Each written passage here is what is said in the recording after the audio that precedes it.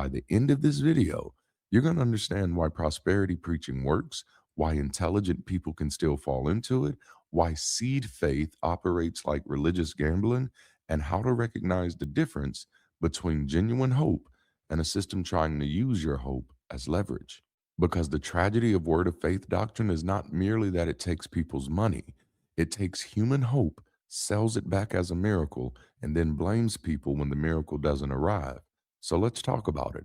From manna to modern scams, from daily bread to hundredfold returns, from ancient provision stories to digital age prosperity influences. Let's talk about the psychology of the word of faith doctrine. The first thing we have to understand is that prosperity preaching didn't appear out of thin air.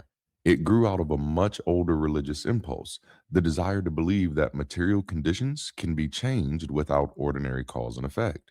That's why stories like manna matter.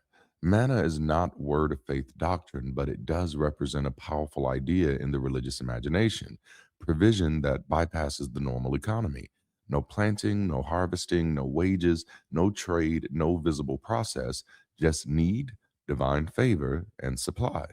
And once a culture accepts the idea that provision can arrive outside ordinary causal exchange, that idea can move in very different directions. In one context, it can become a story about survival, dependence, and having enough for the day. But in another context, it can become the foundation for something much more manipulative. The promise that if you perform the right spiritual action, speak the right words, obey the right leader, or give just the right seed, reality itself will bend in your favor. That's where word of faith becomes dangerous. It takes the ancient hope for supernatural provision and turns it into a system. It doesn't merely say God can provide, it says these are spiritual laws that can be activated. It turns faith into a mechanism, words into forces, giving into investment, and poverty into evidence that somebody failed to operate the system correctly.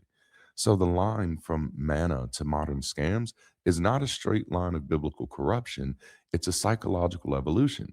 Human beings have always wanted relief from uncertainty. We've always wanted some assurance that hunger, doubt, sickness, crisis, and instability are not the final word. But word of faith doctrine monetizes that desire. It takes the longing for unearned provision and turns it into a transaction. Give what you have, say what they tell you, silence your doubt, and wait for the supernatural return.